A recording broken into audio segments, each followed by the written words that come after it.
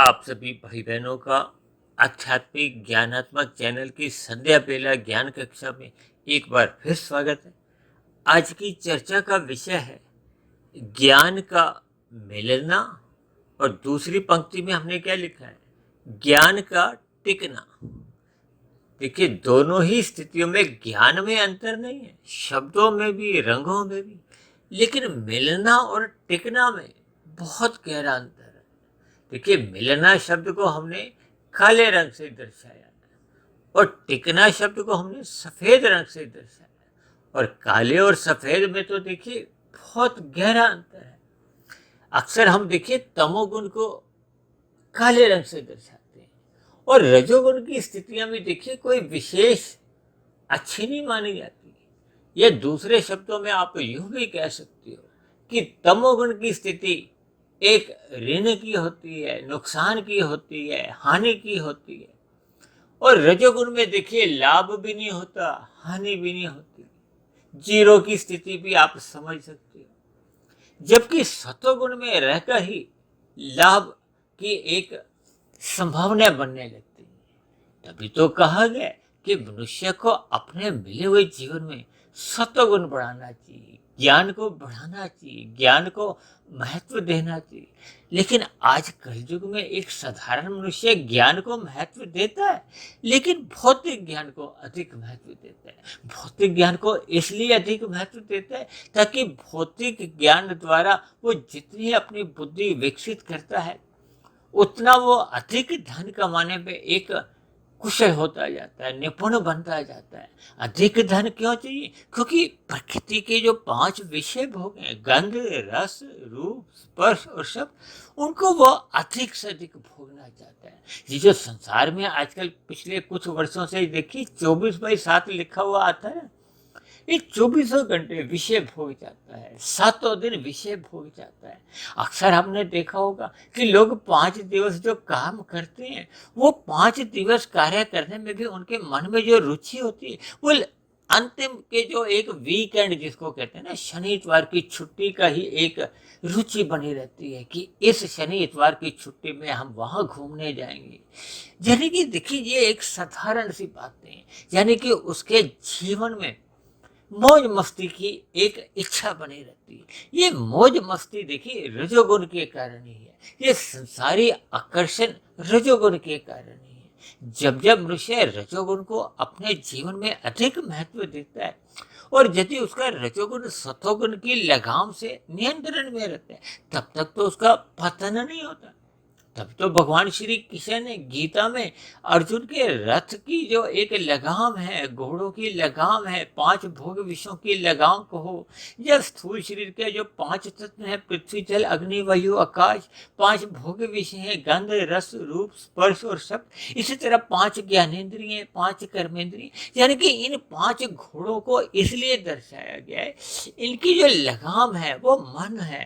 मन को बुद्धि के अधीन रखना चाहिए, क्योंकि बुद्धि तो अपने आप में ही सात्विक स्थिति होती है। जब जब हम बुद्धि को सात्विक स्थिति में रखते हैं और अपनी विवेक शक्ति जगाते हैं, तब हमें परमात्मा का ज्ञान विज्ञान, यानी कि आध्यात्मिक ज्ञान का जो एक सूक्ष्म रहस्य है, वो समझ में आने लगते हैं। वैसे तो शास्त्रों में कहा गया कि हम सभी चेतन स्वरूप आत्मा है। चेतन स्वरूप आत्मा का अर्थ है कि हम सभी स्वभाव से ही ज्ञानवान हैं। हम कोई नया ज्ञान नहीं देते। जो हम प्रतिदिन पिछले 3.5 वर्षों से जो सुबह शाम को जो हम जो वीडियो भी तैयार करते हैं, इसमें कोई नया ज्ञान नहीं है। शास्त्रों में भी कोई नया ज्ञान नहीं है। जितना भी ज्ञान है, चाहे वो गीता में है, वेद में है, शास्त्रों में, पुराण में, उपनिषद में, चाहे जितने भी ऋषिगत ग्रंथ हैं, उन सब में देखिए 3 ही तत्वों की चर्चा है।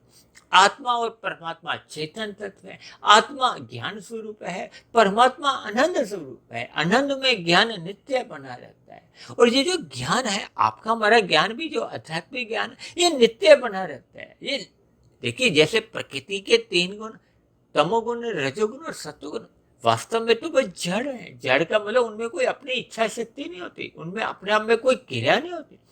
ये जो आप प्रकृति में भी जो दिन रात इतनी क्रियाएं देखते हो, वो परमात्मा की ब्रह्म शक्ति पाकर क्रियाशील नजर आती है। जबकि प्रकृति के जो 3 गुण हैं ये तो जड़ कहेगी, लेकिन ये तीनों गुण नित्य बने रहते हैं, चाहे कलयुग हो, चाहे त्रेता युग हो, चाहे द्वापर युग हो, चाहे सतयुग हो। सृष्टि के आरंभ में कहीं भी पीछे से पीछे जाओ, यानी कि इनका कोई कारण नहीं है। जैसे आत्मा परमात्मा का कोई कारण नहीं, उसी तरह इन गुणों का भी कोई कारण नहीं है। इसलिए तो इनको नित्य कहा जाता है, सत्य कहा जाता है। यानी कि ये जो प्रकृति के 3 गुण हैं ये मात्र एक सत्ता रूप में नित्य हैं, इनमें चेतनता नहीं है, इसलिए ये जड़ माने जाते हैं। लेकिन इन 3 गुणों में भी सापेक्ष दृष्टिकोण से तमोगुण से 10 गुना अच्छा रजोगुण है, रजोगुण से भी 10 गुना अच्छा सतोगुण है। अक्सर मैं तमोगुण को अंधकार से जोड़ता हूँ, रजोगुण को एक धुंध की स्थिति से जोड़ता हूँ और सतोगुण को प्रकाश की स्थिति से, क्योंकि जब जब मनुष्य सतोगुण में स्थित हो जाता है, क्योंकि प्रकृति का सतोगुण मोक्षदायक है। ये जो 4 पुरुषार्थ बताएगी ना, धर्म अर्थ काम मोक्ष, ये जो अर्थ और काम है यदि धर्म के लगाम से नियंत्रण में रहता है तो मनुष्य का रजोगुण बिगड़ता नहीं है। जब जब रजोगुण बिगड़ता है तब तब मनुष्य तमोगुण में गिर जाता है। तमोगुण में गिरने का अभिप्राय है कि मनुष्य पाप कर्म करता जाता है, और जब जब मनुष्य का रजोगुण बहुत गहरे स्तर पर हो जाता है तो फिर मनुष्य तमोगुण में गिरता हुआ कितने अधिक पाप कर्म करता हुआ मरने के बाद अधोगति की जोनियों को, ये जो नीचे की 80 लाख प्रकार की तामसी जोनियां हैं, ये अधोगति की जोनियां हैं। इनको आप दंड रूपी जोनियां कह सकती हो, क्योंकि जब जब आपके हमारे संचित कर्मों में पाप और पुण्य कर्मों में पाप कर्मों की अधिकता हो जाती है तो वो जो अधिकता का जो एक अनुपात है वो नीचे की जोनियों में जाकर ही भोगा जाता है। तो दूसरी विशेष बात, मनुष्य पाप कर्मों से तो तभी बच सकता है ना जब उसमें सात्विक स्थितियां होगी, वो परमात्मा का सत्संग करेगा। सत्संग करने का भी अभिप्राय अपने मिले हुए जीवन में इस सतोगुण को बढ़ाएगा। देखिए, यदि मनुष्य अपने मिले हुए जीवन में रजोगुण को बढ़ाता है तो फिर उसका तमोगुण भी बढ़ने की एक संभावनाएं बढ़ती जाती हैं, क्योंकि तमोगुण और रजोगुण ये पड़ोसी माने जाते हैं। कहते हैं ना, तमोगुण 1 है, रजोगुण 10 है और सतोगुण 100 है। 1 और 10 में कोई विशेष अंतर नहीं है, पास पास है। जैसे एक ही गली में देखिए 2 मकान होते हैं ना तो पड़ोसी के दर्शन होते ही रहते। इसलिए तो रजोगुणी मनुष्य बार बार अपने जीवन में तमोगुणी बनता रहता है, उसको खुद को भी पता नहीं चलता कि मैं दिन में कितनी बार तमोगुणी बन जाता। जबकि सतोगुण में तो मनुष्य को प्रयास करना पड़ता है, जाना पड़ता है। तभी तो हमारे ऋषिगत ग्रंथों में विभिन्न प्रकार के ये कथा कहानियां, ये त्योहार बनाए गए हैं कि मनुष्य बार बार किसी भी बहाने से सत्वगुण में जाए, वहां टिके, सत्संग करे। हालांकि शास्त्रों में ही कहा गया कि आरंभिक स्थितियों में सभी मनुष्यों का सत्संग बेमन से होता है। जैसे आप देखोगे ना, बच्चों को प्ले स्कूल में भेजते हो, नर्सरी कक्षा में भेजते हो तो आरंभिक स्थितियों में बच्चे रोते धोते ही जाते हैं। यानी कि आरंभिक स्थितियों में सभी मनुष्यों का ये जो सत्संग है ये रोते धोते ही होता है, बेमन से ही होता है। लेकिन जैसे जैसे बच्चे को भी उस भौतिक शिक्षा का ज्ञान एक समझ में आ जाता है, फिर वो रोते धोते नहीं जाता, फिर तो वो खुशी से तैयार हो जाता है। फिर तो वो स्कूल में भी मन लगा के पढ़ता है, घर आकर भी पढ़ता है और विशेष प्रकार के देखिए अतिरिक्त ट्यूशन भी लेता है ताकि उसके अच्छे नंबर आए।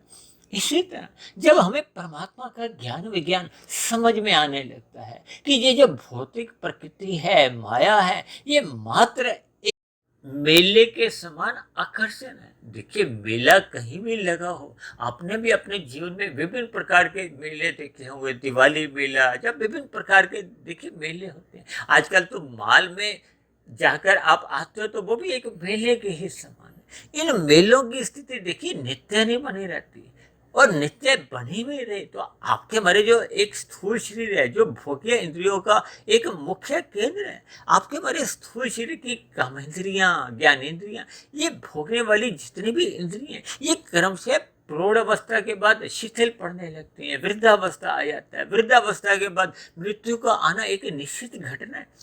इन सभी स्थितियों पर जब तक मनुष्य एक ज्ञान पूर्वक लंबे समय तक चिंतन नहीं करता, देखिए ज्ञान का मिलना है एक श्रद्धापूर्वक सत्संग करना।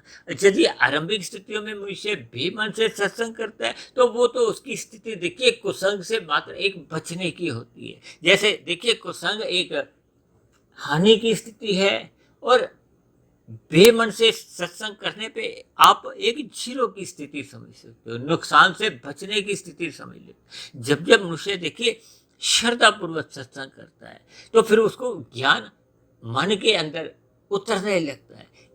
इसी को ही मैंने ज्ञान का एक मिलना कहा है, क्योंकि ये शाब्दिक ज्ञान है, चाहे पढ़ने से हो चाहे सुनने से हो।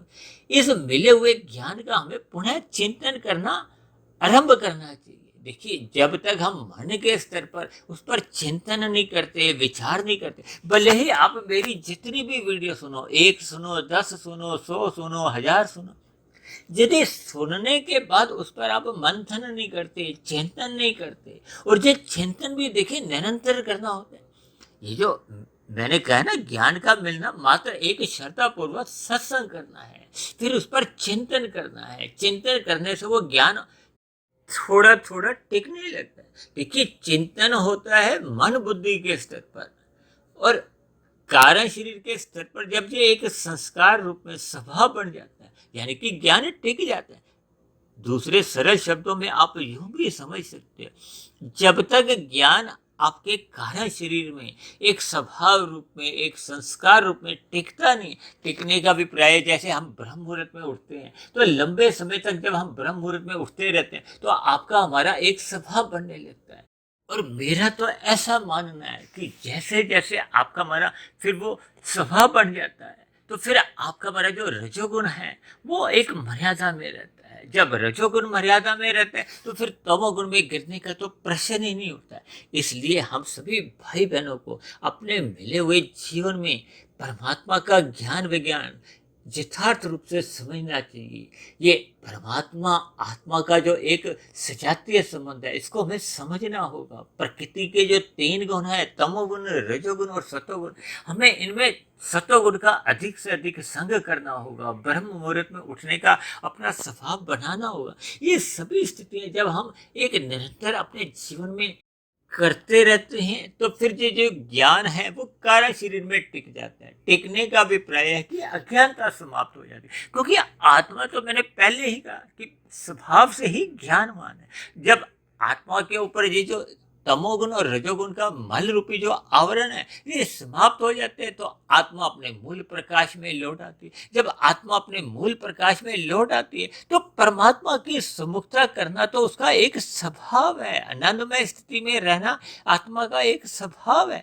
वो तो अज्ञानतावश हम प्रकृति की जो 5 विषय भोग हैं, गंध, रस, रूप, स्पर्श और शब्द, इनमें हम सुख ढूंढते हैं। वास्तव में तो सभी आत्माएं आनंद ढूंढती है। आनंद का अभिप्राय है कि दुख रहित एक स्थिति होती है, जबकि प्रकृति तो द्वैत है। यहाँ का कोई भी बड़े से बड़ा सुख भी हो, किसी भी उद्योगपति के पास हो, चाहे वो खेल जगत का एक उभरता एक खिलाड़ी हो, फिल्मी जगत का सुपरस्टार हो, राजनीति के स्तर पर प्रधानमंत्री हो, राष्ट्रपति हो, इन सभी को मिलने वाले जितने भी सुख हैं वो भौतिक स्तर पर होते हैं। भौतिक प्रकृति द्वैत मानी जाती है, सुख के साथ दुख जुड़े ही रहते हैं।